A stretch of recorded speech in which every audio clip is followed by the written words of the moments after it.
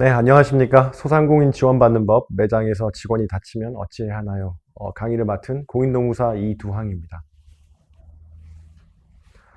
저희는 오늘 코로나19 방역 수칙을 준수하면서 촬영을 하고 있습니다. 이 점 알아주셨으면 좋겠습니다.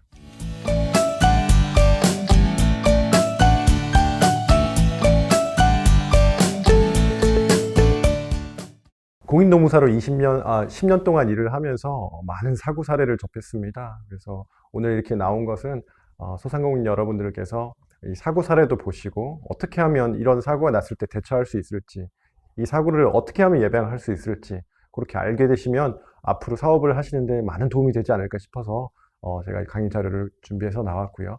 천천히 사례부터 저희가 말씀을 드릴 테니까 한번 들어보시고 주변에서 있었던 일이든지 아니면 내 매장에서 일어났던 일이든지 한번 보시고 이런 일도 있었구나 생각을 하시면 되고, 앞으로 이런 일들이 발생하지 않을 거라는 게 아니라 앞으로도 얼마든지 발생할 수 있는 일들이니까 오늘 강의를 잘 기억해 놓으셨다가 필요할 때는 다시 찾아보시기도 하고 대응을 하시면 되겠습니다. 오늘 강의 순서는 방금 말씀드린 대로 이제 매장에서 발생하는 사고 또는 이제 질병 사례들을 말씀드릴 거고요. 그렇기 때문에 우리가 산재보험에 가입해야 하는 이유에 대해서 설명드릴 겁니다. 물론 모든 매장에서 산재보험을 가입하고 계시겠지만 그것보다도 이제 사업주분들이 가입을 하셔야 되는 이유가 있습니다. 우리 직원만 산재보험이 되는 게 아니냐요? 아닙니다. 사업주분들도 얼마든지 산재보험에 가입을 하셔가지고 산재보험의 혜택을 받으실 수 있습니다. 그리고 실제로 우리 매장에서 사고가 발생했을 때 어떻게 대처해야 되는지도 말씀을 드릴 거고요. 그렇게 산재가 발생해서 산재 처리가 어떻게 진행을 되는지도 한번 살펴보도록 하겠습니다. 그리고 이런 사고들이 발생할 가능성이 정말 많은데 이거를 예방하려면 어떤 방식이 좋을지, 어떻게 준비를 하면 좋을지에 대해서 마지막으로 말씀드리고 강의를 마무리하도록 하겠습니다. 먼저 이제 매장에서 발생하는 사례들을 말씀드리도록 하겠습니다. 식당인데요. 식당에서 조리원이 뜨거운 뚝배기를 옮기다가 가슴부터 사타구니까지 국물이 쏟아진 거죠. 화상을 깊게 입은 사고가 있었습니다. 이분께서는 20대 중후반이셨고요. 화상이기 때문에 치료만으로 끝나는 게 아니라 흉터를 남깁니다. 굉장히 상처 또한 이제 고통스럽기 때문에 이 흉터를 없애기 위한 또 시술과 또 병원비가 만만치 않았었는데요. 굉장히 어디서라도 우리가 점심을 먹는 식당 어디든 간에 이런 사고가 발생할 수 있습니다.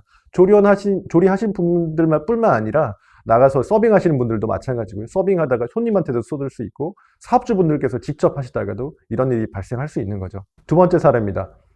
목욕탕에서 청소하는 직원분들께서 손님이 나간 후 청소하다가 미끄러져 머리를 다치신 경우도 있었고요. 또 다른 예로는 청소를 하시다가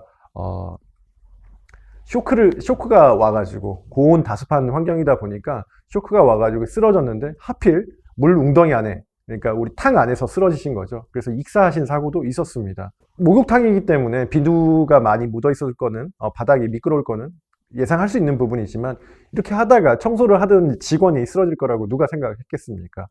사고가 난 다음에 곧바로 확인하는 것이 아니라 한참 시간이 걸려서 확인을 했기 때문에 사망까지 이뤘던 그런 사고가 있었습니다. 세 번째 사례입니다.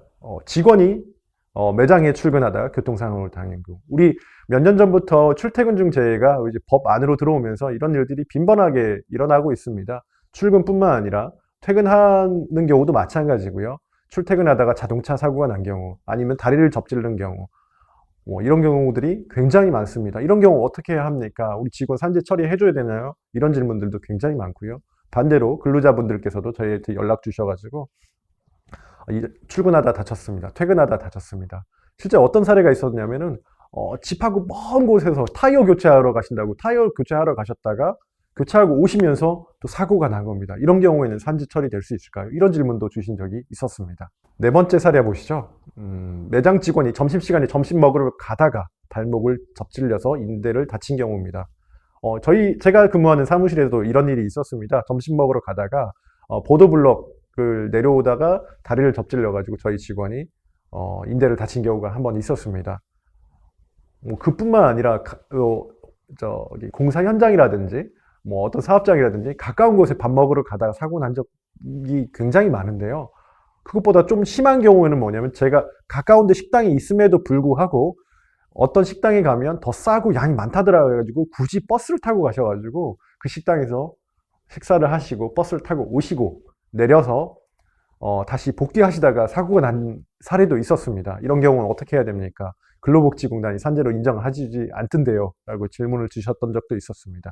다음 사례 한번 보시죠. 10년간 같이 일했던 중식당의 조리사가 손목이 너무 아파서 더 이상 일을 할 수 없겠습니다. 산재 처리해 주십시오. 이렇게 문의를 주셨던 사건도 있었습니다. 식당 일을 하시는 분들 같은 경우는 손목, 어깨, 허리 안 아픈 곳이 없습니다. 사장님들도 마찬가지고 우리 직원분들도 마찬가지고 이렇게 일을 하시다가 아프다고 하는 경우, 이런 경우 산재 처리를 해줘야 됩니까? 이렇게 질문 주시는 경우도 많은데요. 당연히 산재 처리를 해야 됩니다. 이거는 직업병이라고 봐야 되거든요. 이게 사고가 아니라 계속 일이 축적되어 가지고 내 원래 있던 기존 질병이 심해진 경우, 퇴행성 질환이 심해진 경우도 산재 처리를 할 수가 있습니다.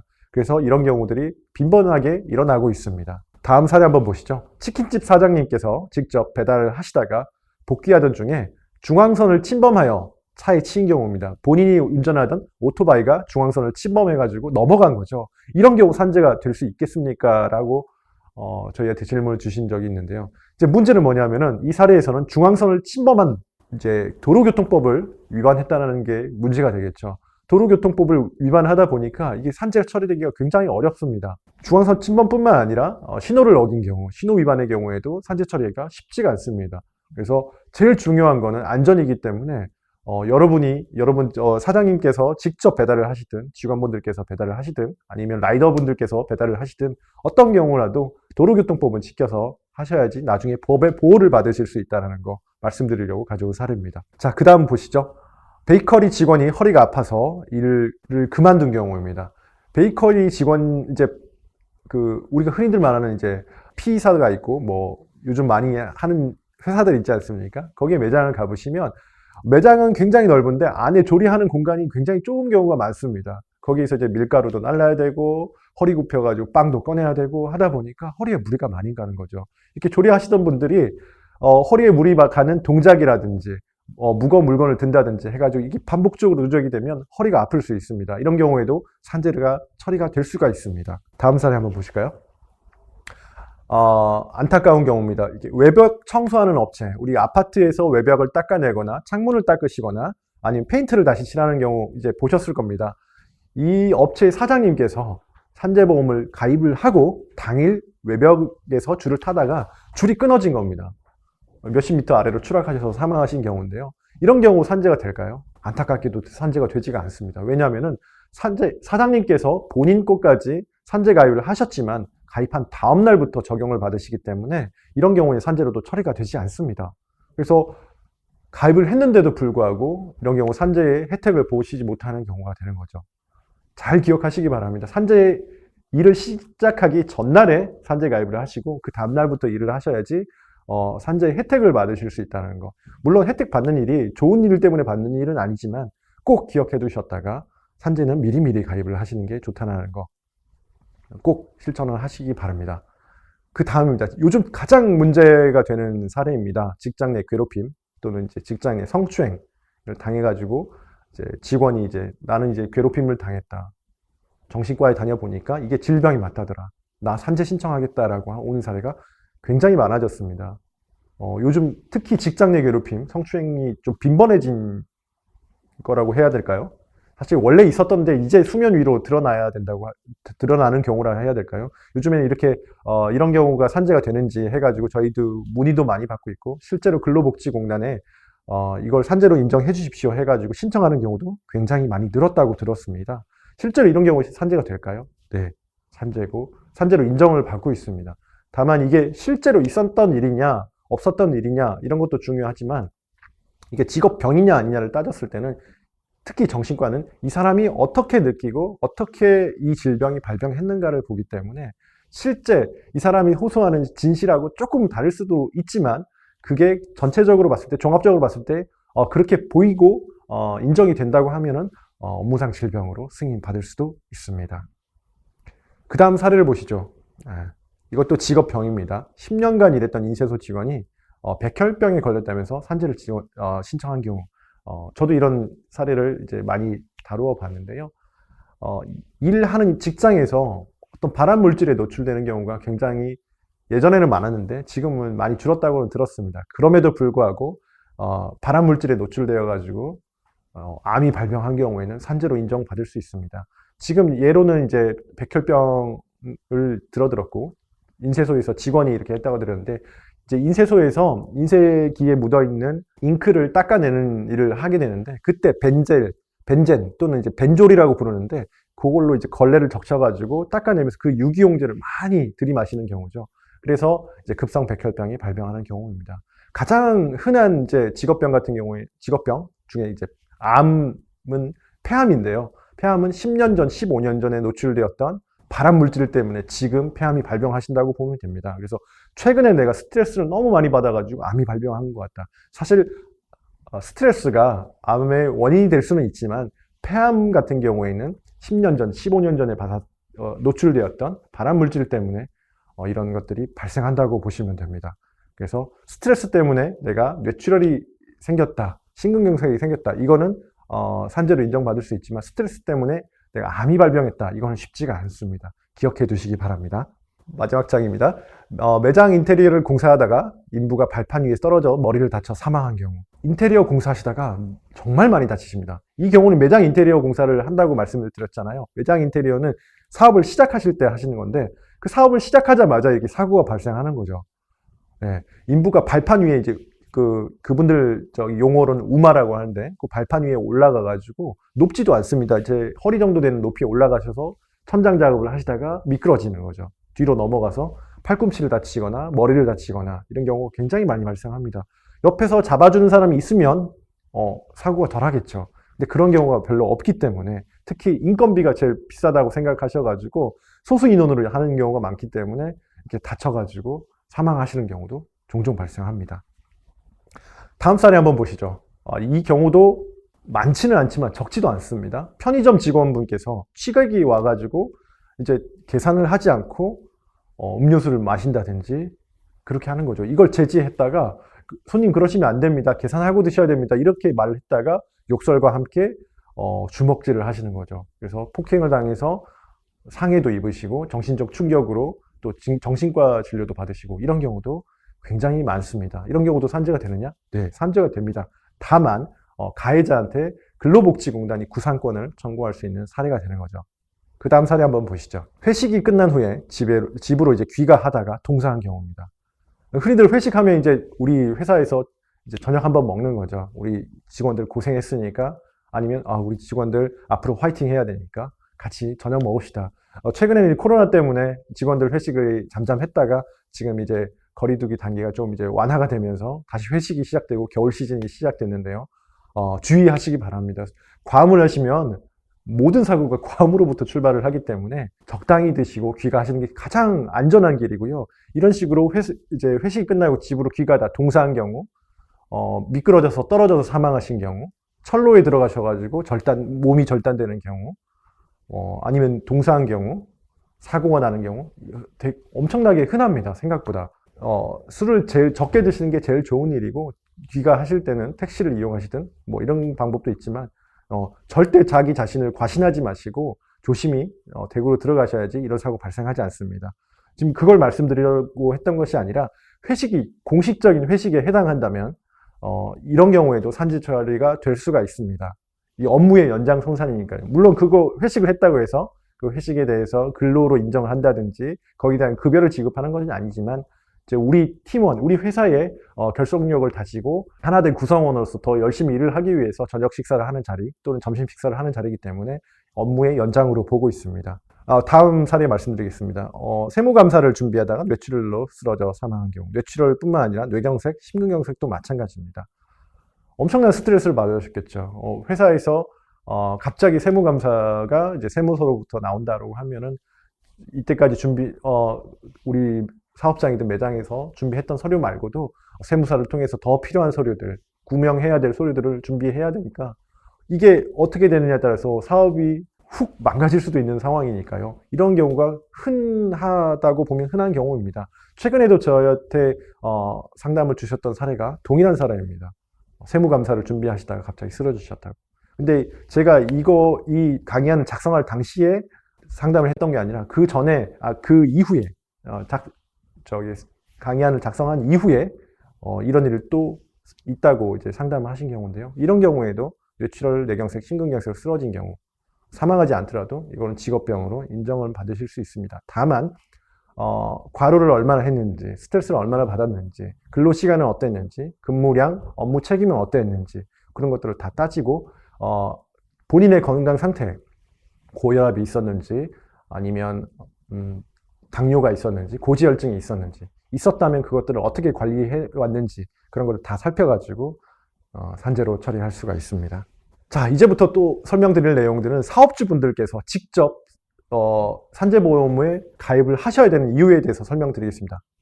지금 띄워드린 거 보시면 근로기준법입니다. 근로기준법에 보시면 요양보상, 휴업보상, 장애보상, 유족보상이 있습니다.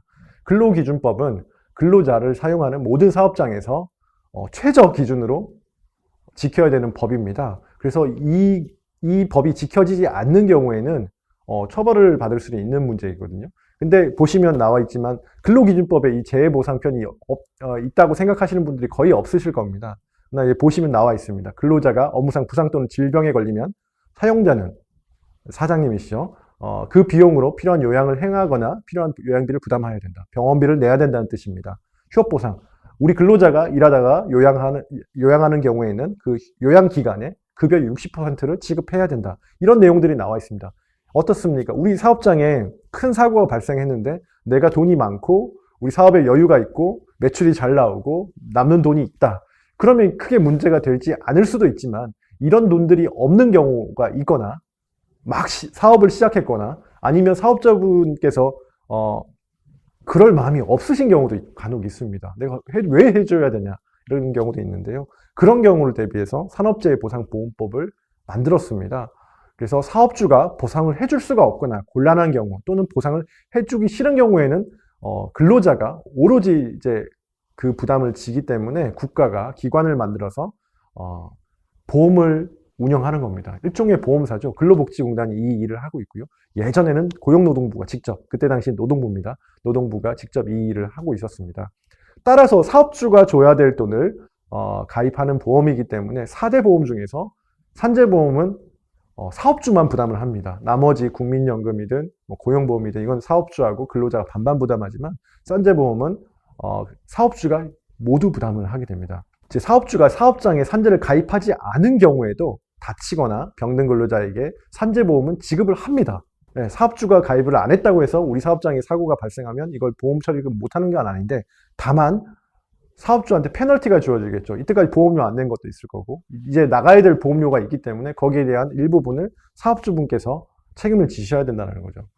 어떻습니까? 이런 일들이 언제 어떻게 발생할 수 있을지 모르는데 이래도 사업주분께서 산재보험을 가입을 안 하시겠습니까? 아니면 미루시겠습니까? 네. 근데 하나 더 말씀드리겠습니다. 300인 미만 중소기업 사업주도 산재보험에 가입을 하실 수 있습니다. 저도 제가 사무실을 운영할 때는 저도 산재보험에 가입합니다. 왜냐하면 저도 사고가 날 수 있기 때문에. 보셔서 아시겠지만 이 보험의 범위가 굉장히 넓고요. 보상의 수준도 굉장히 좋은 편입니다. 이것보다 더 좋은 보험이 없다고 저는 단언컨대 말씀드릴 수 있을 정도로 굉장히 좋은 보험이 산업재해보상보험입니다. 우리 근로자들 뿐만 아니라 사업주들도 가입을 하실 수 있기 때문에 그 혜택을 받으실 수 있습니다. 그래서 아까 말씀드렸던 것처럼 임의가입을 통해서 보험을 가입하시는 것을 꼭 추천드립니다. 이제 현실적인 이유를 말씀드리겠습니다. 사업을 시작하기 전에도 망할 수가 있습니다. 우리 근로자가 다쳐가지고 손가락이 절단되었다 또는 우리 근로자가 넘어져가지고 다리가 부러졌다. 이런 경우에서 진짜 사업을 시작하기도 전에 망할 수도 있습니다. 사업 상황이 좋아지려고 이제 막 잘 되고 있는데 조금 방심했다가 이래도 괜찮겠지 했다가 갑자기 이제 근로자가 다치고 그 근로자가 나 이래서 일 못합니다. 쉬겠습니다 하면서 갑자기 사업이 중단되는 거죠. 이런 경우도 굉장히 많습니다. 일 때문에 나와 내 생계 그리고 내 가족까지 이제 건강을 잃을 수도 있습니다. 그 근로자가 다치건 아니면 그 사장님이 다치면 혼자 다친 게 아니라 가족들이 같이 다치는 거라고 보시면 됩니다. 그리고 산재보험 같은 경우에는 국가가 보장하는 보험입니다. 최소한의 버팀목이라고 보셔야 되는 거죠. 이제 사고 시 대처 방법에 대해서 설명을 드리겠습니다.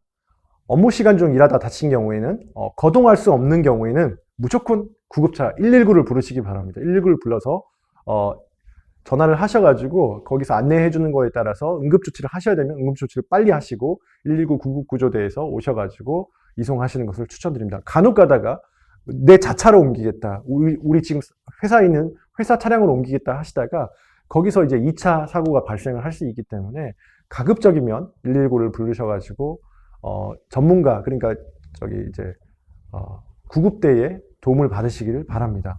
거동을 할 수 있는 경우에는 가까운 병원을 방문하셔가지고 사고 경위를 자세하게 말씀하셔야 됩니다. 의사 선생님한테 사업장에서 이제 넘어져서 다쳤는데 어디 집에서 계단에서 굴렀어요 이렇게 거짓말 하실 게 아니고 실제 있었던 일을 자세하게 말씀하셔서 병원에서도 이 사고 경위가 어떠한지 치료하는데 도움을 받으셔야 되는 거고요. 나중에 산재 신청을 할 때도 그 기록을 근거로 하는 경우가 굉장히 많기 때문에 그 기록을 꼭 남겨놓으시기 바랍니다.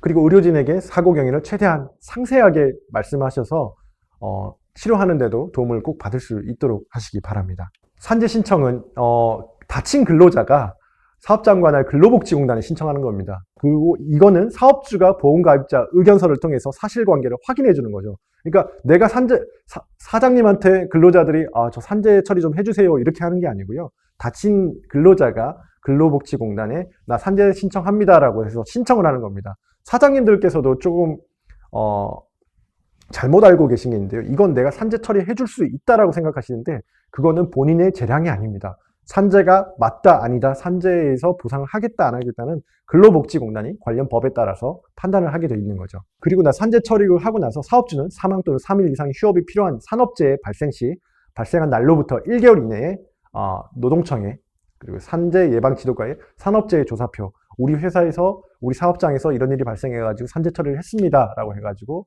조사표를 작성해가지고 제출하셔야 됩니다. 네. 사업주는 재해가 발생했을 때에는 즉시 중대재해는 이제 사망한 경우 3명 이상이 많이 다친 경우 뭐 이런 경우에 해당하는데요. 노동청에 즉시 연락을 하셔가지고 보고를 하셔야 됩니다. 다음은 산재 처리 절차입니다. 사고가 발생하면 근로복지공단에 의무기록을 포함해서 내가 어떻게 하다 다쳤습니다 라고 신청서에 작성을 하셔가지고요. 근로복지공단에 산재 신청을 합니다. 그럼 근로복지공단에서 이렇게 근로자가 얘기하는 것, 사업주가 얘기하는 것, 사실조사를 하는 거죠. 사업주분 이게 이렇게 다치신 게 맞습니까? 하고 사업주한테도 여쭤보는 거고 제 근로자한테도 이렇게 다치신 게 맞습니까? 하고 물어보게 됩니다. 그래서 그걸 가지고 의학적 판단, 이 질병이 맞습니까? 의사가 한 번 더 확인을 합니다. 그래서 의학적 판단과 사실조사를 거쳐가지고 일하다 다친 게 맞다 또는 일하고 관련된 걸 하다가 다친 게 맞다라고 인정했을 때 산재로 인정되게 됩니다. 요건 사고의 경우고요. 질병은 어떻습니까? 사고 발생하고 나서 질병이 발생하고 진단을 받고 난 다음에 근로복지공단에 신청을 하면 이것도 똑같이 사업주하고 근로자한테 사실조사 이 사람이 이 일을 몇 년 동안 한 게 맞습니까? 이 근로자께서 식당에서 10년간 일하신 게 맞습니까? 조리원으로 10년간 근무하신 게 맞습니까? 아니면 여기서 페인트 공으로 10년간 일하신 게 맞습니까? 이렇게 물어보고 근로자한테도 물어봅니다. 그거를 혹시 필요할 때는 역학조사가 이루어지고요. 업무 관련성을 판단해서 의사들하고 이제 법률 전문가들이 업무 관련성을 판단해가지고 업무상 질병 판정위원회에서 이게 질병이 맞습니다, 아니다를 판단을 하게 됩니다. 그래서 마지막에 산재가 맞습니다 하고 결론이 나게 됩니다. 산재를 예방하려면 이제 마지막 순서인데요. 산재를 예방하려면 제일 좋은 거는 있습니다. 그겁니다. 안전교육입니다. 우리 사업장은 뜨거운 물건을 취급한다고 한다면은 오늘도 뜨거운 물건을 취급할 때 그냥 주의했으면 좋겠다 라고 안전교육을 매번 실시를 해주시는 게 하루에 몇 번이라도 하는 게 가장 좋습니다.